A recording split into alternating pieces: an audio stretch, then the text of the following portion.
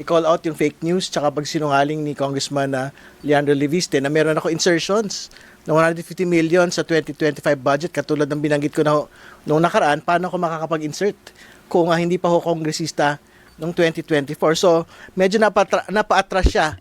Ngayong araw na ito, ang sabi niya, hindi, ang binabanggit niya, ay yung party list po namin doon ang nag-insert noong 2025. Pero balikan ho natin yung transcript. Nung po nga dalawang programa na pinantahan niya, babasahin ko para malinaw. Malalaking mga programa po kasi ito, sabi ni Congressman Leviste, pero dahil may isa akong kasamahan na nanawagan na ako ang maglabas, pwede ko pong ilabas sa inyong show ang insertions niya. Ito po si Bicol Saro Party List Representative Terry Don. Ang sabi po ng host, meron po ba siyang insertions? Ang sabi po ni Congressman Leviste, opo. Sa pangalawang malaking show naman po, sa kabilang istasyon, ang sabi ho ni Congressman Leviste, pero dahil siya ay nananawagan na isa publiko ko, pwede kong banggitin ang insertions niya.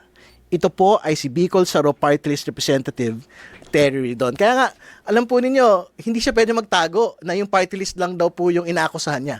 Kasi ang original scene ni Congressman Leviste kahapon, yung kanyang SS, super sinungaling na statement na ako daw po ay may insertion for the 2025 budget. And like what I had stated, I was never a congressman in the 19th Congress when the budget for 2025 was actually crafted.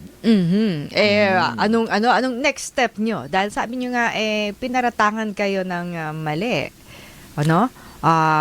On record, di ba? Binanggit mismo ang iyong pangalan. Well, ngayon ho, syempre meron siyang mga binabanggit ka, magka-file daw ho siya ng mga House Resolution patungkol daw ho sa supposed insertions po ng Bicol Saro. So ngayon, yung party list no? na. O, yung ngayon, party list na. Kumabig na.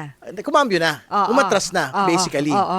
Pero again, ano yung pagbabatayan ho ng, sa totoo lang, investigasyon na yun, yung listahan niya, na hindi na ho natin ma-authenticate. Dahil po yung mag-authenticate sana, patay na. Actually, ang pinagsimulan naman po nitong buong saga na ito, ay yung panawagan naman po sa kanya talaga na i-release po yung Cabral list na sinasabi niyang hawak niya mula September 4, 2025, more than 3 months ago. Ibig sabihin, kung sobrang importante ito pong listahan po nito, sabi niya, andun yung mga congressman, senador, mga executive officials, at mga private individuals, may mga proponents, bakit hanggang sa araw po na ito, hindi pa po niya ito inilabas? Di ba pagka gusto mo magsabi ng totoo, dapat ilabas mo na yan noong September pa lang.